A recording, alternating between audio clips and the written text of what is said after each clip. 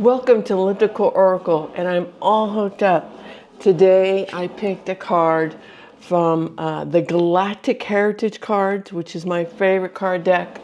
I have been pulling a few from the tarot lately, but I pulled this one because I'm called the Elliptical Oracle, and I asked my team to come on in and give us some pointers on this card. What does it mean for us in this reality right here, right now? And it's card number 27. Card number 27, alienness. Alienness. Hello, hello, hello, dear ones. We are Zand, and we are pleased to be here to dance with you in this moment and all nows.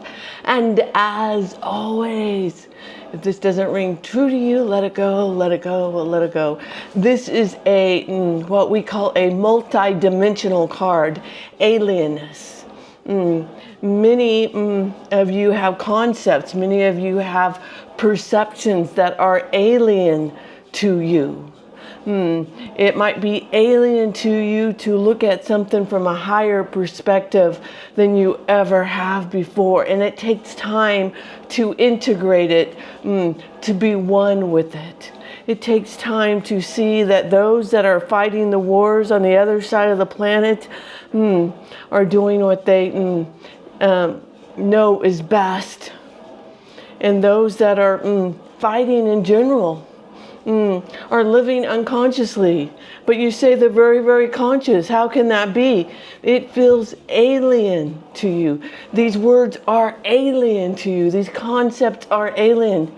And so what do we mean that people who are very conscious, I mean, they're awake in the sense that they get up and they eat breakfast, and they go on without their day, and then they go out and they perhaps are angry or they do unkind things.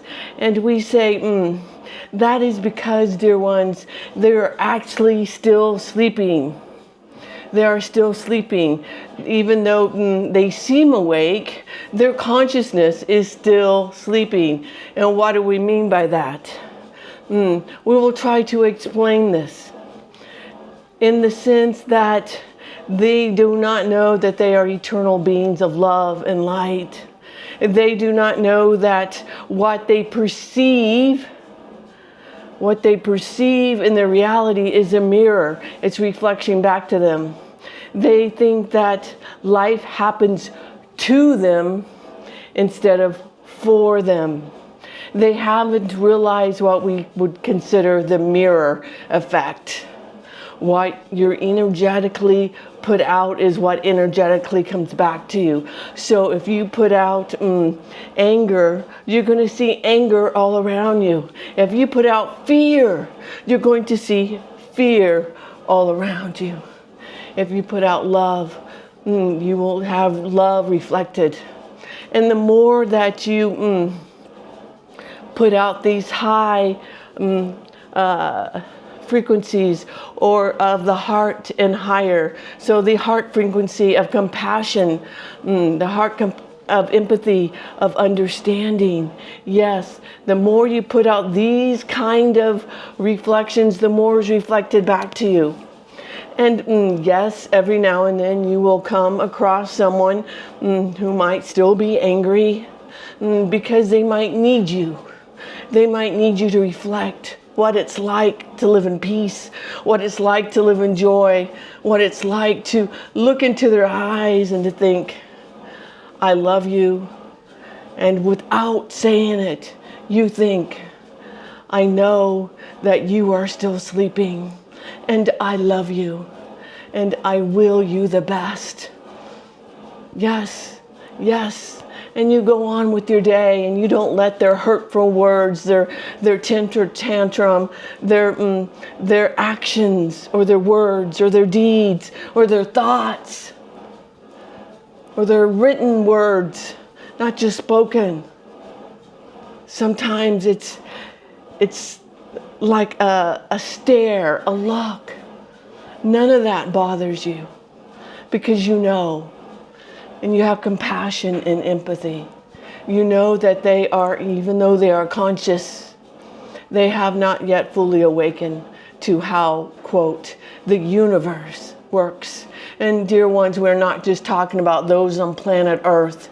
So alienness has multiple dimensional effects. Many of these concepts that we bring to you, that we feed you, are universal in this universe. It means that it's the same for all Earth-like planets. And although Earth has a sweet spot here in your leg of your galaxy, no, there are many, many other Earths in the universe. Many, many, many, many, many, many, many other Earths. And there are many other third density planets and third density beings in all stages.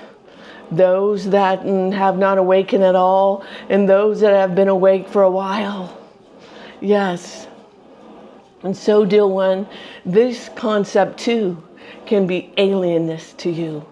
Alienness that there are others out there. Alienness that life on other planets exists in all manners of speaking of the universe. Some are still evolving, and they are not quite as ascended as you are, and some are quite on their way. In some third density planets, it is quite quick. The coming into awakening, coming into higher vibe consciousness. It can happen quite quickly for a planet and for inhabitants. For Earth, though, it took some time. The average time is around 26,000 years.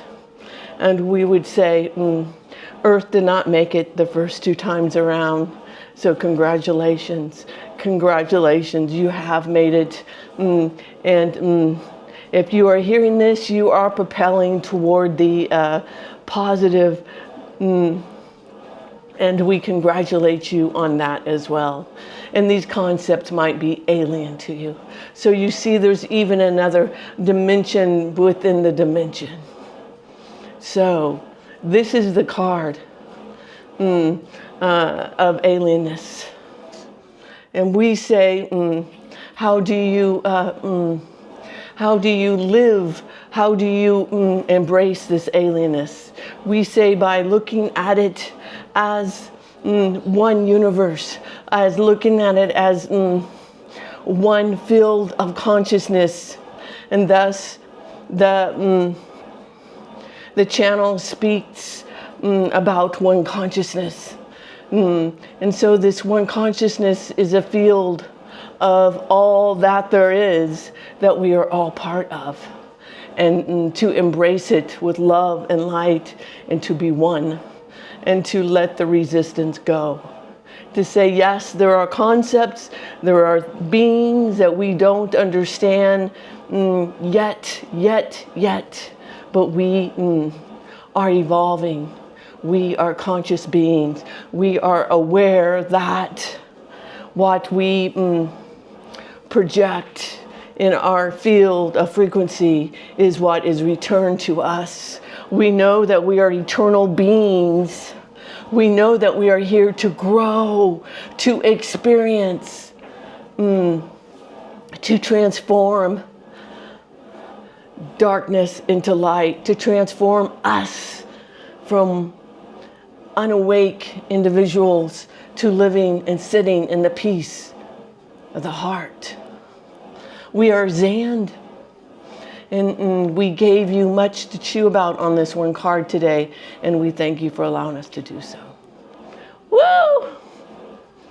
I love you guys. I love you. I love you. I love you.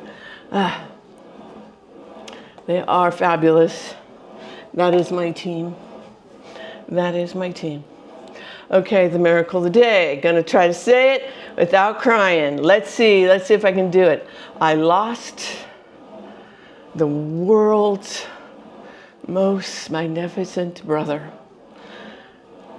2 days ago. And he's already been to me. I've seen him in my third eye. We've had conversations. But the miracle of the day is that I was crying because I missed him, and I had just found out yesterday. And he said, "Stop your boo-hooing." And and I'm like, it's easy for you to say. I'm still here in third density. And he asked me to go for a walk because it's one of his favorite things to do. We went for a short little walk on my lake, and I dictated a letter for his loved one. And then I started crying again. He goes, "If you keep crying, I'm going to go for a hike." And within a minute, on my phone, popped up, you know how those memories pop up? I don't even think it was a minute. His favorite place in the world showed up on my phone. It was Yosemite. He loved to go there and loved to hike. And I do not believe in coincidences. So my brother's communication, it does not make us as a medium, when we feel the sting of death, doesn't make it easier. We still need to go through all the process like everyone else. It just makes it bearable. Hearing my brother, seeing my brother in my third eye, seeing my brother hiking with his lab dogs, and he had this little, he was carrying for a second this other dog, the smaller dog. I knew he wasn't alone. He was with his best friends.